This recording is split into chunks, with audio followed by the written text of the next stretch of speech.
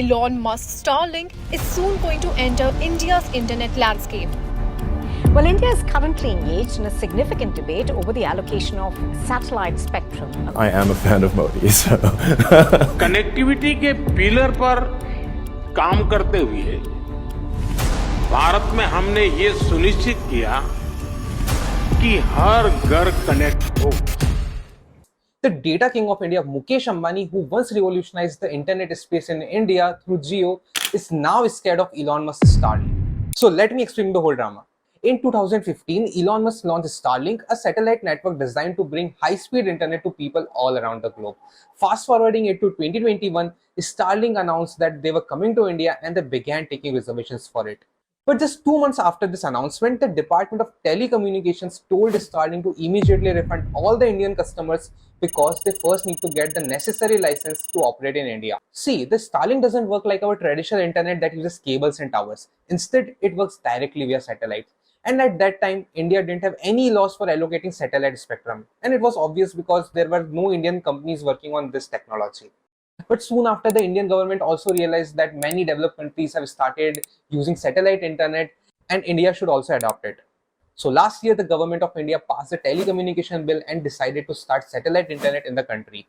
Now the bill was passed, the next big question was how to allocate the satellite spectrum so that every company can use it fairly. See, there are two ways to do this: auction and administrative. In an auction, the company that offers the most money for a specific part of the spectrum wins the right to use it. While in the administrative approach, officials decide which company can operate based on certain criteria or policies. JIO wants to use the auction method while Starlink preferred the administrative approach. Now finally, it was Judgment Day, October 15, 2024. And everyone thought that the result would be in favor of JIO. But surprisingly, the TRAI decided to go the Starlink way. Elon Musk also tweeted about this and appreciated India for this. Now from here, the biggest business war between the Asia's richest man and the world's richest man was just getting started. And if you notice, there are multiple strange things here. Number one, why did JIO wants the auction method? Secondly, the average price of fiber internet in India is just 1000 rupees per month, while Starlink charges 8000 rupees per month plus a one-time installation fees of 40,000 rupees. This 40,000 rupees alone is equivalent to 3 years of regular internet in India. Plus, JIO is already a market leader with more than 50% share. So why is Mukesh Ambani scared of a Starlink? And third, the most important one, India is very price sensitive market. So despite having so high rates of Starlink, why is Elon so confident of bringing Starlink to India? So in this video, we will cover a lots of mind-blowing things about the internet. So make sure you watch the video till the end. Let's begin the video. 5, 4, 3, 2, 1, ignition and liftoff. Go Falcon, go Starlink. To understand why Starlink is a game changer, we first need to understand how our internet works. Now suppose you want to send a message from India to your friend in US via WhatsApp whose servers are located in Singapore. How this works is an engineering marvel, so pay close attention to it. When you hit send, the phone turns the message into zeros and ones. Then our SIM card, acting like a mini router, convert this radio signal and send them off to the nearest mobile tower. So how does this radio waves actually carry zeros and ones? Well, one way is by changing the wave's height, is what we call as amplitude, which means a higher amplitude means 1 and a low amplitude means 0. So every taller wave is 1 and every short wave is 0. Another way is by changing the wave's width, is what we call as frequency. So wider width is 1 and a narrower width is 0. After that, the mobile tower sends this signal to an internet service provider like JIO or Airtel by converting them into optical signals. Then these signals travel throughout the ocean through undersea fiber optic cables. Yes, you heard that right. We have fiber optic cables stretching across the entire ocean, connecting all the countries. Here you can even see a map of these undersea cables. So through these cables, our message reaches the WhatsApp server in Singapore, and then the same process happens again but in reverse order, and finally our message gets delivered to our friend in US. And the craziest part, all of this happens in just a fraction of a second. See, when you do a speed test and see 400 Mbps speed, that means 400 million bits are transferred every single second. And all of this is only possible because of how the optical fiber cables work. See, the optical fiber cables work on a concept called total internal reflection, TIR. When light passes from one material to another, it bends because each material has a different refractive index. Now, if we adjust the angle of incoming light at a certain point, the light will completely reflect rather than pass through it. This is what we call as total internal reflection. And that's the reason TIR is used inside the optical fiber cables so that the data doesn't get lost while traveling long distances. When we do a speed test, there are two important things to look at. The 400 Mbps you see is the bandwidth, which shows how much data can be transferred. The another one is latency, which measures how long it takes for data to travel. So for a good internet connection, we need high bandwidth and low latency. And you know what? In fiber connection, we get both high bandwidth as well and low latency as well. So now the question arises, why do we even need the satellite internet then? Internet service providers and fiber companies will only add towers and cables in those cities and towns where there is dense population, flat accessible terrain, where there is no isolation, a very low risk of natural disaster, and where there is sufficient infrastructure to support roads and electricity. Why? Because putting cables and towers in remote, uneven, or disaster-prone area is very, very difficult and expensive as well. So these companies will only focus on putting towers and cables in densely populated areas where they can actually make some profit. Even in my town, the fiber internet is only available inside the city, not in the outskirts of cities. Also, a few days back, I went to Lakshadweep and there only BSNL was working. No Airtel and no JIO was working over there. So places like this still lags high-speed internet. So that's the reason Musk want to put the internet in space. So the important thing about this is that it means there's no dead zones anywhere in the world for your cell phone. And we're incredibly excited to do this with T-Mobile. It's really great to do this. But we know that our traditional internet works via fiber cable. But how does space internet work? Here we have two major types of satellite. JIO, it stands for geostationary satellites. These satellites are placed at 35,000 kilometers above the Earth's surface. They move in sync with the Earth's rotation, which means they also take 24 hours to complete one rotation.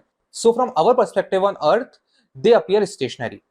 Now, there's one big problem with these type of satellites. As these satellites are put very far away from the Earth, so the data has to travel a longer distance, which means the data will take much longer time, which means higher latency and thus slower the internet. Now comes the second type of satellite, is what we call LEO, low Earth orbit satellites. This is what Starlink uses. LEO satellites are placed at just 400 to 2000 kilometer radius. That means latency isn't an issue anymore. But the problem here is that it will cover a very small area. So to overcome this, what Starlink did was nothing short of a science fiction movie. They created a constellation of multiple satellites, and each of these satellites can communicate with each other using laser. And not just that, they are also programmed to orbit around the globe without ever colliding. The image you are seeing here shows all the satellites Starlink has launched into the space so far. Pretty amazing, right? With this method, Starlink can provide internet to areas where fiber internet could take centuries to reach. And cherry on the cake is that Starlink isn't limited by the ground infrastructure. It can work in extreme conditions. Like during the Russia-Ukraine war, when the internet access was shut down, Starlink activated its service there.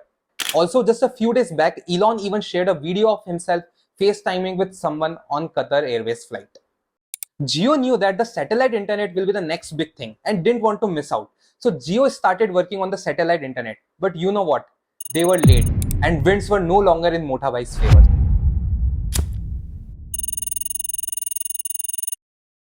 By seeing the success of Starlink, JIO also started working on the space internet. But creating this kind of technology isn't easy.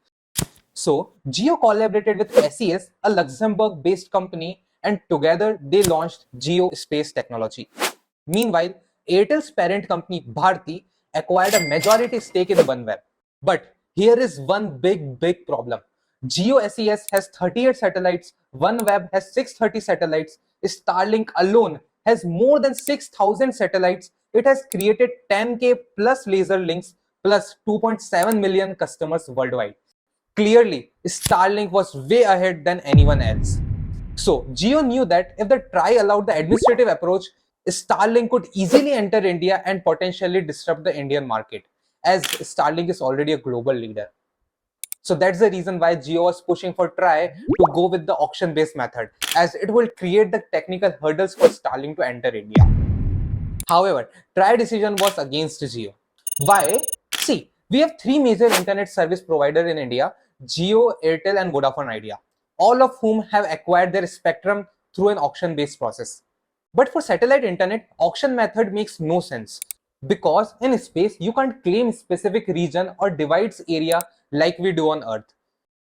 Hence, auctioning the satellite-based spectrum is a bad idea, as it's technically impractical and very difficult to implement. In fact, many other countries like US, Brazil and Mexico initially tried the auction-based model but later switched to the allocation-based model due to its infeasibility. So now, we have both the world's richest man and the Asia's richest man fighting for data in India.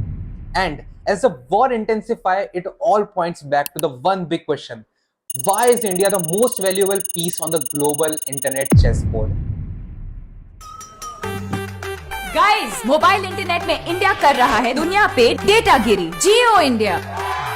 In 2016, when JIO was launched, it transformed the India's digital landscape forever. Data costs dropped dramatically, internet became widespread, and millions of people across the country came online for the first time. From kirana stores to sabjiwala, many began using the internet, and not just that, they even started accepting the digital payment thanks to UPI. And all of that changed the India forever. Now, you and I just can't imagine the life without internet. But you know what? 40% of India don't have access to internet. I repeat, 40% of India is still offline. And I'm not even talking about the high-speed internet. States like Maharashtra and Kerala have high internet penetration rates of 69% each, whereas Goa has 73%. At the same time, there are states like UP, Jharkhand and Bihar which lag behind at rates of just 41%, 46% and 37% respectively. Which means there is still a large audience waiting to be served with the internet access. So why don't they have the internet access? Well, that's the exact same reason what we have discussed in the chapter 2. And 40% is the number with no internet access. There are many places in tier 2 or tier 3 cities where there is no high-speed internet.